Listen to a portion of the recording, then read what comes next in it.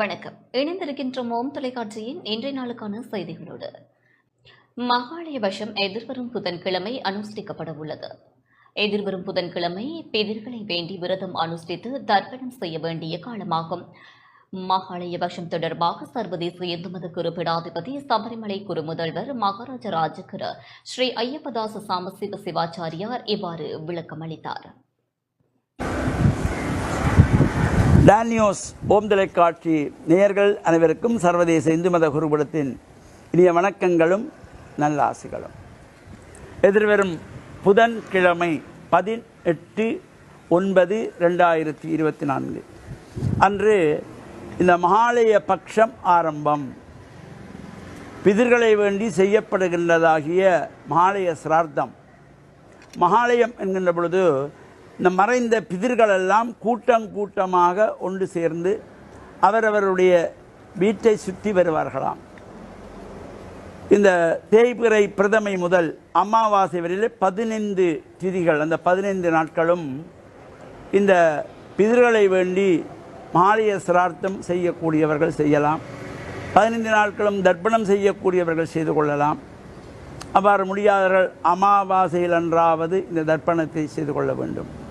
இந்த பிதிர்களை நாம் இவ்வாறு இந்த மகாலய சிரார்த்தத்திலே ஏனைய வருடந்தோறும் நாம் செய்கின்ற தகப்பனுக்காக தாய்க்காக செய்கின்ற சிரார்த்தத்தை விட இந்த மகாலய சிரார்த்தம் என்பது அந்த குடும்பத்திலே மறைந்த எல்லோருக்குமாக, அப்பா அம்மா தாத்தா பாட்டி அத்தை மாமா அண்ணா அண்ணி யார் யாரெல்லாம் மறைந்தார்களோ அவர்களுக்காக, நமக்கு பிரியமானவர்கள், நமக்கு வித்தைகளை கற்றுக் கொடுத்த குருவிற்காக கூட இந்த மகாலய சிரார்த்தத்திலே தர்ப்பணம் செய்து கொள்ளலாம். அவ்வாறு ஒரு சிறப்பு கூடியதாகிய இந்த மகாலய சிரார்த்தம் எதிர்வரும் 18ஆம் திகதி புதன்கிழமை ஆரம்பமாகி தொடர்ச்சியாக 15 நாட்கள் அமாவாசை வரையிலே இந்த சிரார்த்தங்கள் செய்யக்கூடியதாக இருக்கும். இந்த 15 நாட்களுமே தர்ப்பணங்கள் செய்யக்கூடியவர்கள் செய்து கொள்ளலாம், அல்லது 9 நாட்களாவது செய்து கொள்ளலாம். முடியாதவர்கள் 7 நாள் செய்து கொள்ளலாம். அதுவும் முடியாதவர்கள் கடைசி 3 நாட்கள் செய்து கொள்ளலாம். அதுவும் முடியாதவர்கள் புதன்கிழமை ஆரம்பத்தில் என்றும் முடிகின்ற பொழுது அமாவாசையிலும் இந்த பிதிர்களுக்கு தர்ப்பணங்கள் செய்கின்ற பொழுதிலும் ஒரு சிறப்பை தருவது.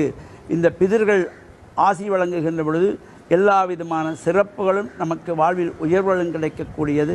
எனவே இந்த மகாலய சிரார்த்த காலத்திலே நாமும் முடிந்த வரையிலே தர்ப்பணங்கள் செய்து பிதிர்களை வேண்டி பிரார்த்தித்து வழிபட்டு அருள் பெற்று மண்ணில் நல்லவன் நம்பாள. டானியோஸ் ஓம் தொலைக்காட்சி நேயர்கள் அனைவருக்கும் சர்வதேச இந்து மத குருபீடத்தின் சார்பில் நல்ல ஆசிகளை கூறிக்கொள்வதில் மன மகிழ்வு கொள்கிறோம். வணக்கம். சுவிஸ் ஐயப்பன் தேவஸ்தான கும்பாபிஷேக தின கலசாபிஷேகம் சிறப்பாக நடைபெற்றது. சுவிட்சர்லாந்து பிரம்மண்டோப் ஸ்ரீ ஐயப்பன் தேவஸ்தான 5வது வருட கும்பாபிஷேக தினத்தை முன்னிட்டு கடந்த வியாழக்கிழமை 109 கலசாபிஷேகம் நடைபெற்றது. தேவஸ்தான குருசாமி தியாகராஜா மகேந்திரனின் ஏற்பாட்டில் விசேட கலசாபிஷேகம் உற்சவங்கள் சிவஸ்ரீ துளசீஸ்வர குருக்கள், சிவஸ்ரீ ரவீந்திர குருக்கள் தலைமையில் நடைபெற்றது.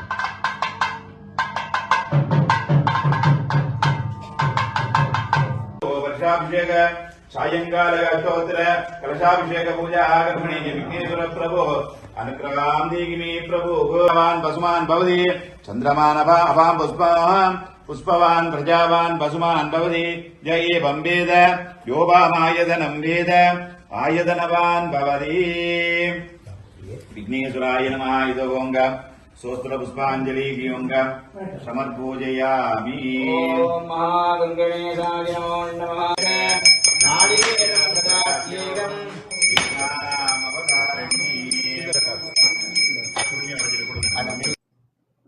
இத்துடன் இந்த செய்தி அறிக்கை நிறைவு பெறுகின்றது. தொடர்ந்தும் ஓம் தொலைக்காட்சியின் நிகழ்ச்சிகளோடு இணைந்திருங்கள்.